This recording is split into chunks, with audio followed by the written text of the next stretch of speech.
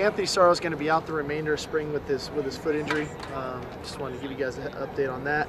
Second one, I probably should have brought this up earlier. Charles Burks is graduated and has decided to transfer to go play his senior season somewhere else. That's why we haven't seen him.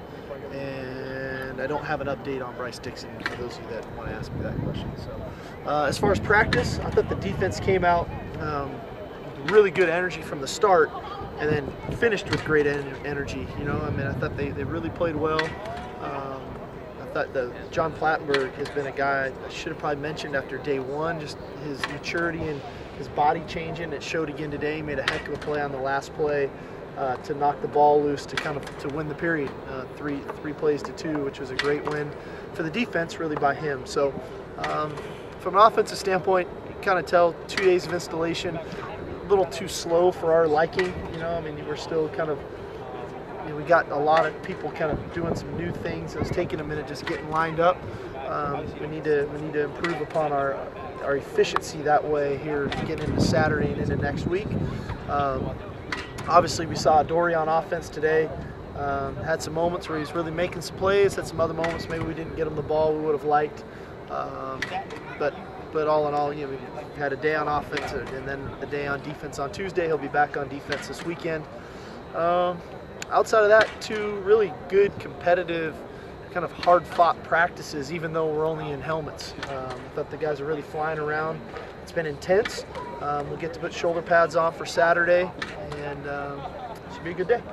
What, if anything, do you know about Sarlo's foot injury? Well, he's going to be out in the spring. It's going to take probably a good 6 to 8 weeks.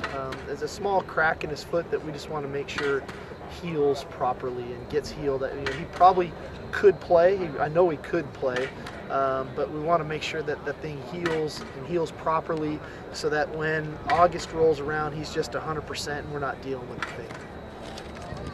What happened with Chris Wilson? Is there a possibility to come back? Well, he potentially, first of all, he has to apply for a 6-year. He has to, that's the first hurdle.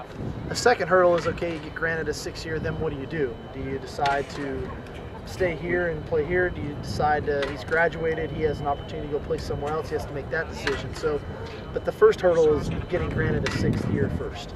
He hasn't done that yet? He's applied, we haven't heard. So there would be a chance? There's a potential of that, yes. With Bryce's situation kind of being up in the air, what do you make of the tight end position overall? It's very thin, that needless to say. You know, we're operating with 2 guys right now, with Jalen and Connor. You know, obviously, with Tyler coming in the fall is very helpful. And then, as I touched on signing day, we've got a couple guys that have plenty of versatility. Porter Gustin, Osa Messina, that could help us there as well. So, and Christian Rector is another one. So, you know, we have some possibilities there as well. But as present state, it's not great. You know, when you only have 2 tight ends in a system that relies on essentially playing with a tight end just about on every snap, it can be challenging for us, which we ran into a little bit of that today. You know, when I talk about the tempo, we went to some more 4 wide sets to give those guys a breather. In turn, we had some communication issues with substitutions, and if the guys didn't know if they were on or off the field, so we need to clean that up. Is Tyler somebody that can come in and help you out a tight end right away? I'm going to get to both of you, I promise. Go for it. Go for it. You don't have to race to the question. I'll get you. Go for it. Okay. Is Tyler a kid that can come in and help out the tight end? No doubt. Is there potential more 4 wide, wide outs? Well, that's what we got to look. That's what we got to look at, Dan. I mean, I think that's why the versatility of Adoree', Stephen Mitchell, Ajane, what they can give us. Juju, quite honestly, on his understanding of the offense. A lot of it's going to depend on the development of Isaac, of Daquan Hampton when he gets here.